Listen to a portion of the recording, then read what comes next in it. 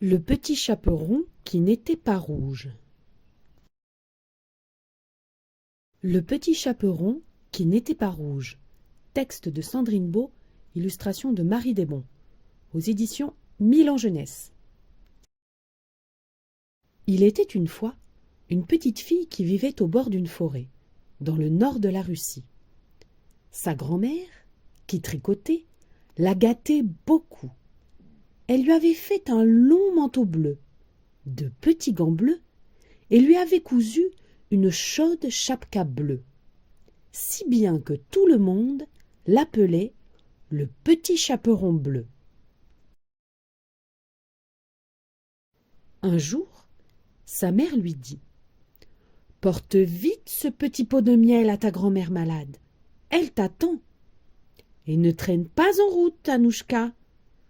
La forêt est profonde et pleine d'animaux dangereux. » Le petit chaperon bleu partit aussitôt pour aller chez sa grand-mère, qui habitait de l'autre côté du bois. Ses petites nattes dansaient sous sa chapka, et dans son dos se trouvait sa balalaïka, la petite guitare qui ne la quittait pas. Bien vite, la petite fille oublia les recommandations de sa maman. Elle posa son panier, sa balalaïka, et se jeta dans la neige fraîche pour y dessiner un ange en agitant ses jambes et ses bras.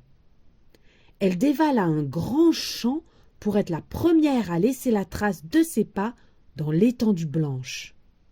Tant et si bien que, quand elle entra dans la forêt, la nuit tombait déjà.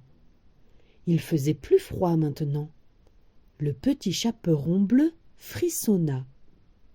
Et voilà qu'un ours se dressait devant elle. « Où vas-tu comme ça, petite fille ?»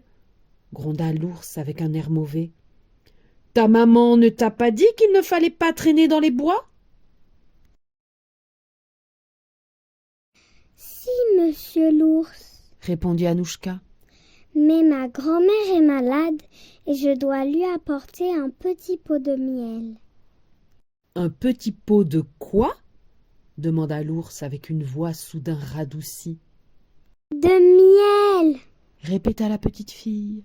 « Mais si vous le voulez, je vous le donne. Je jouerai un morceau de balalaïka à ma grand-mère à la place. Elle sera quand même contente. » « Marché conclu !» s'exclama l'ours. Et pour remercier le petit chaperon bleu, il la laissa dormir toute la nuit contre sa toison chaude.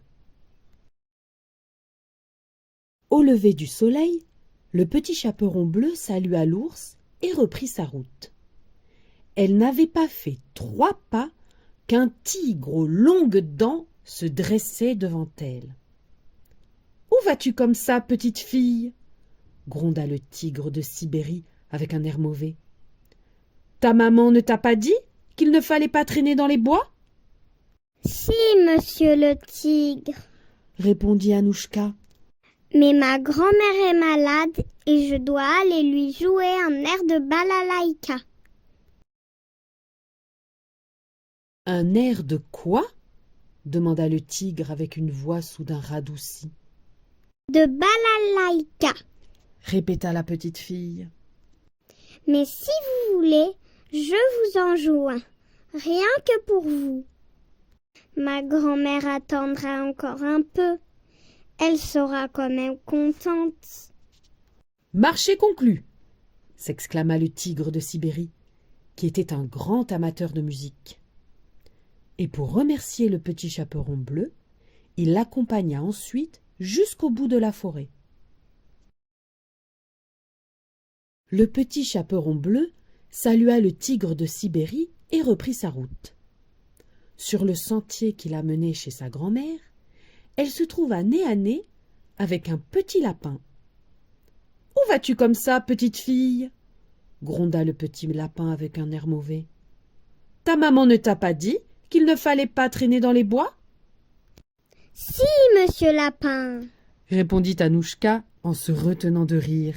« Mais ma grand-mère est malade et je dois lui rendre visite. Elle a des choux, ta grand-mère ? demanda le petit lapin avec une voix soudain radoucie. Des choux? Répéta la petite fille. Oui, je pense. Si vous voulez, nous pouvons aller voir ensemble. Ma grand-mère adore avoir de la visite. Elle sera contente. Marché conclu, s'exclama le petit lapin, qui était un grand gourmand. Et il accompagna le petit chaperon bleu jusque chez sa grand-mère. Quand le petit chaperon bleu poussa la porte, elle n'avait plus rien dans son panier. Elle n'avait que sa balalaïka accrochée dans le dos et un petit lapin qui trottinait à ses côtés. « Quelle bonne surprise, Anouchka chérie !» lui dit sa grand-mère. « Rien que de te voir, je me sens déjà mieux. Mais qui est là avec toi ?» Un petit lapin qui aimerait bien croquer un de tes choux, répondit la petite fille en souriant. « Quelle bonne idée, Anouchka chérie !» s'exclama sa grand-mère en se levant. « Un bon casse-croûte, voilà qui nous remettra complètement. » Et c'est ainsi que le petit chaperon bleu et sa grand-mère se régalèrent du meilleur ragoût de lapin qu'elles aient mangé depuis longtemps. Si tu n'aimes pas cette fin, et si tu veux sauver le lapin, tourne la page. Et c'est ainsi que le lapin dévora tous les choux du jardin et avala la meilleure grand-mère qu'il ait mangée depuis longtemps. Si tu n'aimes pas cette fin, et si tu veux sauver la grand-mère, tourne la page.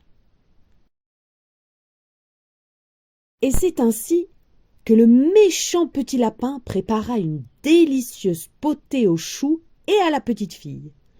Une jolie potée aux teintes bleutées, la meilleure qu'il ait mangée depuis longtemps.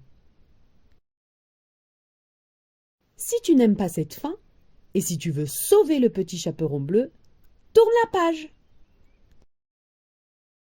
Et c'est ainsi, entre choux croustillants et crêpes sucrées, qu'une petite fille rusée, sa grand-mère et un petit lapin gourmand firent le meilleur des goûters. Si tu n'aimes pas cette fin, tourne la page. Et invente-en une.